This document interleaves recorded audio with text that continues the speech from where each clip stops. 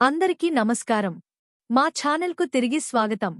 ఈ వీడియోలో జీవితాంతం త్యాగాలు చేసి పిల్లలను పెంచి కుటుంబాన్ని నిర్మించుకున్న తర్వాత వృద్ధాప్యంలో మిమ్మల్ని ఎవరు చూసుకుంటారోనని మీరు మౌనంగా ఆందోళన చెందాల్సిన అవసరం లేకపోతే ఎలా ఉంటుంది?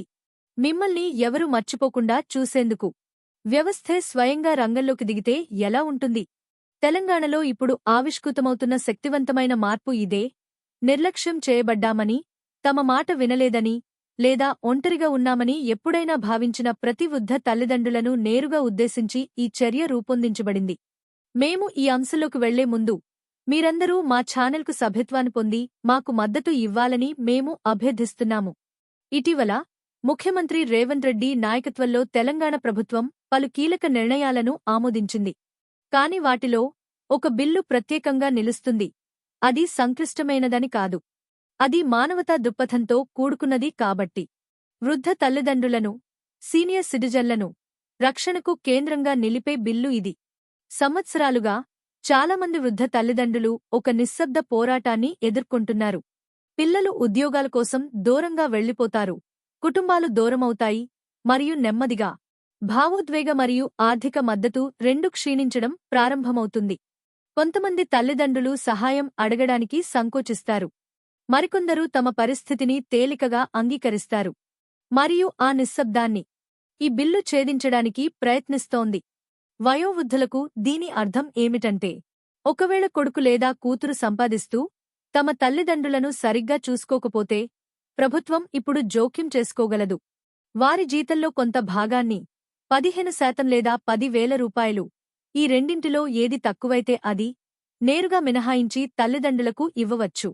ఇది దానం కాదు, ఇది ఉపకారం కాదు, ఇది ఒక హక్కుకు గుర్తింపు. గౌరవంగా జీవించడానికి, ప్రాథమిక ఆర్థిక భద్రతను కలిగి ఉండటానికి మరియు అనిశ్చితిపై ఆధారపడకుండా ఉండటానికి వృద్ధ తల్లిదండ్రులకు ఉన్న హక్కు ఇది. ఇప్పుడు ఇది పరిస్థితులను ఎలా మారుస్తుందో ఊహించండి. వైద్య ఖర్చులతో సతమతమవుతున్న ఒక వృద్ధ తల్లికి ఇది నిరంతర మద్దతును అందించగలదు. స్థిరమైన ఆదాయం లేకుండా ఒంటరిగా జీవిస్తున్న ఒక తండ్రికి ఇది స్థిరత్వాన్ని అందించగలదు. తాము విడిచిపెట్టబడ్డామని భావిస్తున్న లెక్కలేనంత మంది తల్లిదండ్రులకు ఇది వారు ఇకపై ఒంటరి కాదనే భరోసాను ఇవ్వగలదు. కాని ఇది వాస్తవానికి ఎలా పనిచేస్తుంది? తెలంగాణ ప్రభుత్వం ఈ వ్యవస్థను ఒక క్రమబద్ధమైన పద్ధతిలో రూపొందిస్తోంది. తల్లిదండ్రులకు మద్దతు అందనప్పుడు ఫిర్యాదులు లేదా అభ్యర్థనలు చేయవచ్చు. అధికారులు పరిస్థితిని ధృవీకరిస్తారు, ఎందుకంటే ఇది పిల్లలను అన్యాయంగా శిక్షించడం గురించి కాదు, నిజమైన కేసులను పరిష్కరించడం గురించే. ధృవీకరణ పూర్తయిన తర్వాత మినహాయింపు ప్రక్రియ ప్రారంభమవుతుంది. దీనివల్ల ఎలాంటి ఆలస్యం లేదా ఆధారపడటం లేకుండా సహాయం నేరుగా తల్లిదండ్రులకు చేరుతుంది. మరియు ముఖ్యంగా ఇది ప్రభుత్వ ఉద్యోగులు, ప్రైవేట్ కార్మికులు మరియు ప్రజాప్రతినిధులతో సహా ప్రతి ఒక్కరికీ వర్తిస్తుంది. తల్లిదండ్రుల పట్ల బాధ్యత సార్వత్రికమైనదని ఇది ఒక బలమైన సందేశాన్ని ఇస్తుంది. కాని ఇది ఒంటరిగా జరగడం లేదు. జాతీయ స్థాయిలో కేంద్ర ప్రభుత్వం ఇప్పటికే తల్లిదండ్రులు మరియు వయోవృద్ధుల భరణం మరియు సంక్షేమ చట్టం 2007 ద్వారా వయోవృద్ధులను రక్షించడానికి చర్యలు తీసుకుంది. ఈ చట్టం ప్రకారం పిల్లలు నిర్లక్ష్యం చేస్తే వృద్ధ తల్లిదండ్రులు చట్టబద్ధంగా భరణం కోరవచ్చు. అంతేకాకుండా తల్లిదండ్రులు సుదీర్ఘ కోర్టు జాప్యం లేకుండా త్వరగా న్యాయం పొందగల ట్రిబ్యునల్స్ను కూడా ఇది అందిస్తుంది. తెలంగాణ ఇప్పుడు చేస్తున్నది ఆ పునాదిపైనే నిర్మించడం.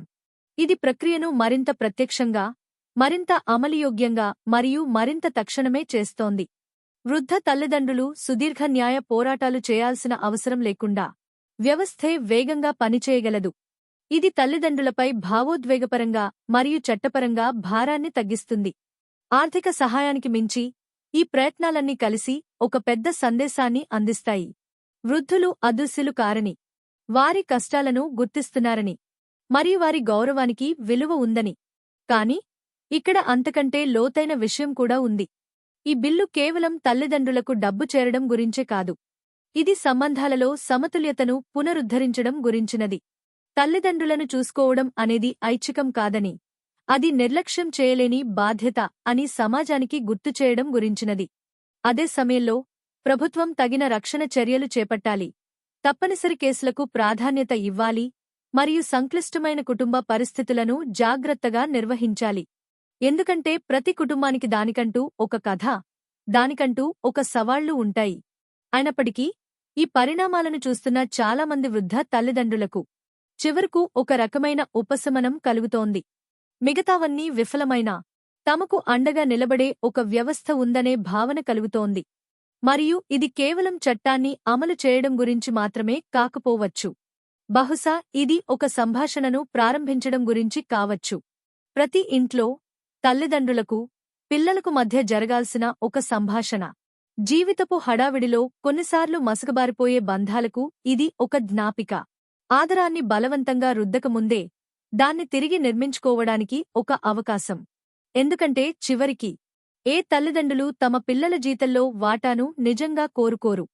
వారు నిజంగా కోరుకునేది వారి సాంగత్యం, గౌరవం మరియు ఆప్యాయత. ఒక చట్టం వారి జీవితాల్లోకి వీటిలో కొంచెమైనా తిరిగి తీసుకురాగలిగితే అప్పుడు బహుశా అది కేవలం ఒక విధాన మార్పు మాత్రమే కాకపోవచ్చు. వృద్ధాప్యం అంటే ఒంటరితనం కానటువంటి మరింత కరుణామయమైన సమాజం వైపు వేసే ఒక అడుగు అది. ఈ సమాచారం మీకు విలువైనదిగా అనిపిస్తే దయచేసి మీ వాట్సాప్ మరియు ఫేస్బుక్ గ్రూపులలో షేర్ చేయండి. మీ ప్రశ్నలతో క్రింద వ్యాఖ్యానించండి మరియు వాస్తవ ఆధారిత నవీకరణల కోసం సభ్యత్వాన్ని పొందడం మర్చిపోవద్దు. ఈ వీడియో చూసినందుకు ధన్యవాదాలు.